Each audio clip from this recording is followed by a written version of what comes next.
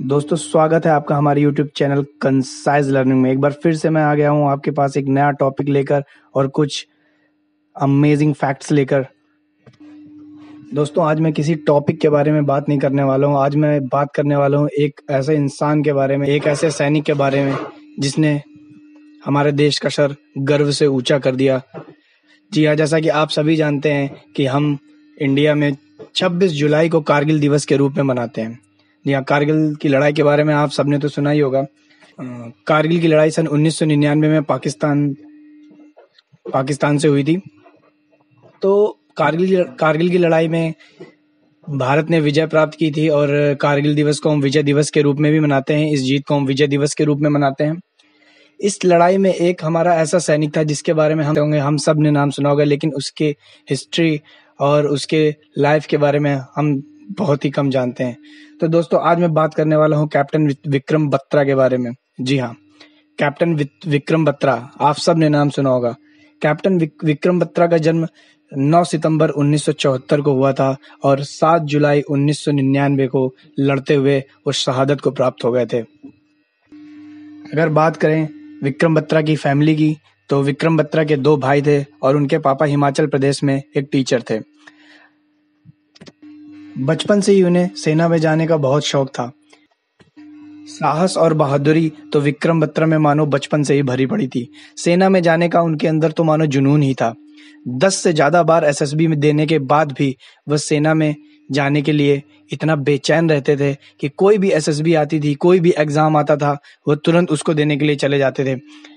कभी उन्होंने हार नहीं मानी और हमेशा उन्होंने ये कोशिश की कि मुझे तो सेना में भर्ती ही होना है, मुझे फौज में ही जाना है।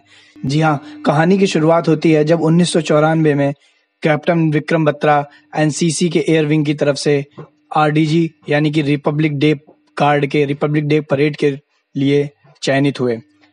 जैसे ही वह परेड में पार्टिसिपेट करने के बाद वापस घर आए, उन्होंने अपने घर में कह दिया कि अब तो मुझे आर्मी ही ज्वाइन करनी है और मैं आर्मी में ही जाऊंगा।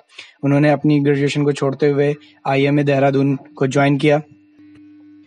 आर्मी ज्वाइन करने के बाद बड़ी कड़ी मेहनत से आर्मी की ट्रेनिंग कंप्लीट करने के बाद उनकी तैनाती कश्मीर में की गई और उन्होंने कई मिलिटेंट्स के अगेंस्ट में ऑपरेशन किए। बात 1999 के होली की है। वह छुट्टियों पर घर वापस आए हुए थे और ऐसे ही अपने फियोंसे डिंपल चीमा के साथ बैठे हुए थे। ऐसे में बॉर्डर के हालात देखते हुए डिंपल ने उन्हें सुरक्षित रहने की सलाह दी। इस पर बत्रा का कहना था कि या तो मैं तिरंगा फहरा कर आऊंगा या मैं उसमें लिपट कर आऊंगा, लेकिन मैं वापस जरूर आऊंगा। ये बात आज भी डिंपल भूल नहीं पाती हैं। अब बात करते हैं कारगिल की। कारगिल की लड़ाई में जब आरआर की 2nd बटालियन को तोलोलिंग माउंटेन पे अटैक करने का ऑर्डर मिला, तो विक्रम बत्रा को उनके रिजर्व के रूप में, विक्रम बत्रा और उनकी टुकड़ी को आरआर के रिजर्व के रूप में रखा गया था। तोलोलिंग माउंटेन पे विजय हासिल करने के बाद विक्रम बत्रा को उत्तर की ओर .5140 को अटैक करने के ऑर्डर्स मिले। जैसे ही ऑर्डर्स मिले, उन्होंने अपनी जीत के सिग्नल को दिल मांगे मोर चुना। उनका मानना था कि जैसे ही हम .5140 पे जीत हासिल करेंगे, मैं रेडियो पे सिग्नल दूंगा दिल मांगे मोर।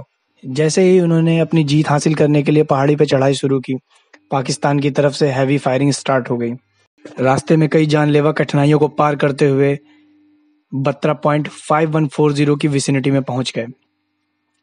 बत्रा ने पाकिस्तानियों के एस्केप रूट को बंद करते हुए पहाड़ी के पीछे की तरफ से अटैक करने का और जाने का रास्ता चुना। उन्होंने पीछे से जाकर क्लोज कॉम्बैट में 3 पाकिस्तानी सैनिकों को मार गिराया और सुबह 4:35 पर विक्रम बत्रा ने कमांड को सिग्नल किया, ये दिल मांगे मोर। जब कमांड ने सुना तो कमांड का सबसे पहला प्रश्न था कि हाउ मैनी कैजुअलिटीज। इस पर उधर से उत्तर आया नन सर।